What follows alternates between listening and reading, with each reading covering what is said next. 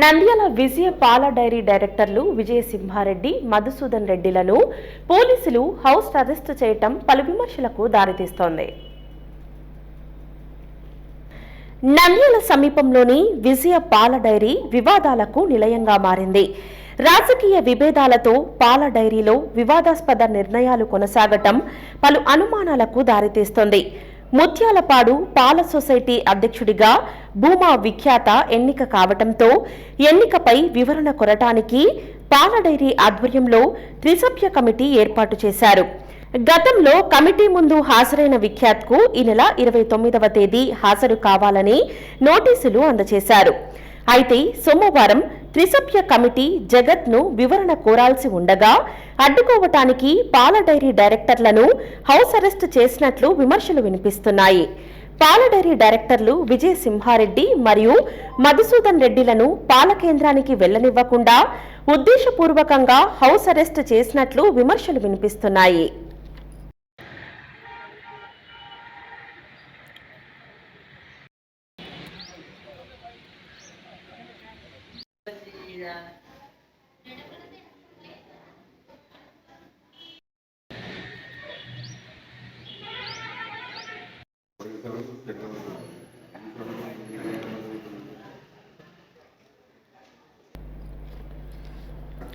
దీంతో జగత్కు జనవరి 3వ తేదీ వివరణ ఇవ్వాలని మరోసారి నోటీస్ జారీ చేశారు.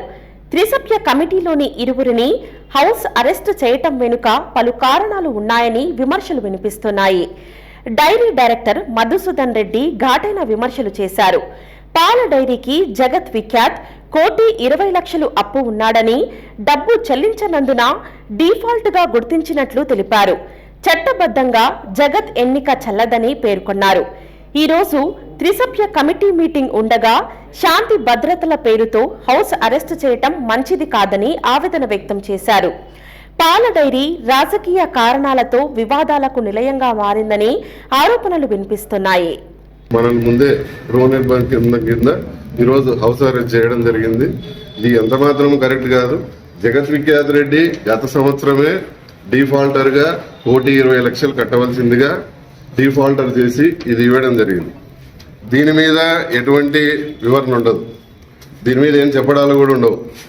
ఎంతసేపు ఉన్నా పోయిన సంవత్సరం వచ్చేసి చక్రవర్తులపల్లె నేను సొసైటీ ప్రెసిడెంట్ ఉన్నాడు.